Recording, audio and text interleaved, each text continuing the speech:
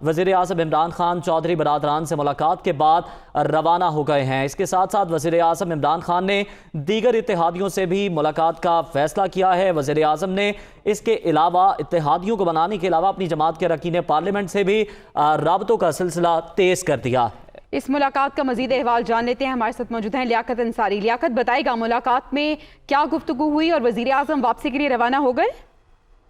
बिल्कुल, वज़ीर आज़म इमरान खान मुलाकात के बाद वापस रवाना हो गए हैं। अगर बात की जाए मुलाकात की तो चौधरी शुजात हुसैन और चौधरी परवेज़ इलाही से ये मुलाकात हुई। इस मुलाकात में वज़ीर आला पंजाब सरदार उस्मान बुज़दार, वफाकी वज़ीर अब्दुल रज़ाक दाऊद, फवाद चौधरी, मखदूम खुसरो बख्तियार, शफकत महमूद, हमाद अजहर और आमद डोगर भी शरीक हुए, जबकि काफी की जानब से रुकन कौमी असम्बली सालिक हुसैन, शाफे हुसैन, राशिक इलाही और दूसरे लोग जो हैं वो शरीक हुए। वज़ीर आज़म ने चौधरी शुजात हुसैन की खैरियत दरियाफ्त की और कहा कि वो दुआ गो हैं कि अल्लाह ताला आपको जल्द मुकम्मल सेहतयाबी अता फरमाए। चौधरी शुजात हुसैन ने इमरान खान का शुक्रिया अदा किया। मुलाकात में मौजूदा मुल्क की सियासी सूरत और बामी दिलचस्पी के अमूर पर भी तफसीली गुफ्तगू की गई।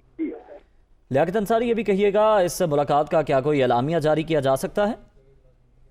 देखिए, अभी जस्ट मुलाकात खत्म हुई है। उम्मीद की जा सकती है कि अभी वो बाकी गुजरा जो इस मुलाकात में शरीक है वो इस मुलाकात में जो उनकी कामयाबी हासिल हुई है या किस तरह इस मुलाकात को वो सियासी तौर पर देखते हैं वो यकीनी तौर पर एक एलामिया जारी होगा।